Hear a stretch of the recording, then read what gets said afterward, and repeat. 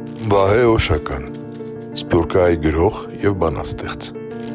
Ծնվել է 1922-ին Բուլղարիայի Ֆիլիպպե քաղաքում, որն այսօր կոչվում է Պլովդիվ։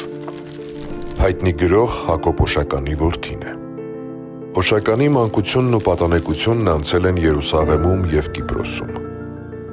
1933-ին ավարտել է Կիպրոսի Մելքոնյան կրթական հաստատությունը,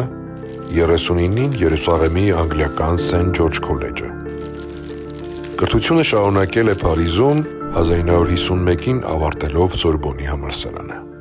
Գրողն այնուհետև երկար ժամանակով հաստատվում է Բեյրութում։ Այստեղ տարբեր տարիներին Օշականը դասավանդում էր ամերիկյան միջազգային քոլեջում, ամերիկյան համալսարանում և Հայկազյան քոլեջում, վերջին հաստատությունում նաև հայագիտական բաժնի տնօրենն էր։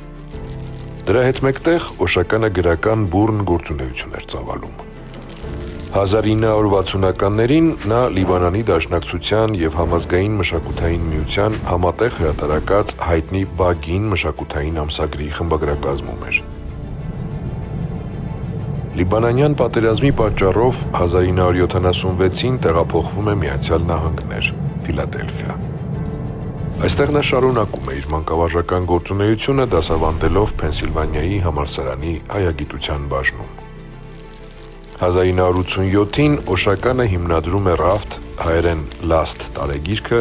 որտեղ անգլերենով տպագրվում էին հայ բանաստեղծների երգեր, ինչպես նաև գրաքննադատական և վերլուծական հոդվածներ։ Տարեգիրքը լույս է տեսնում մինչև Վահե Օշականի մահը, 2000 թվական։ Վահե Օշականի գրականության ոգեշնչման աղբյուրները հիմնականում երկուսն են՝ ֆրանսիական էկզիստենցիալիզմը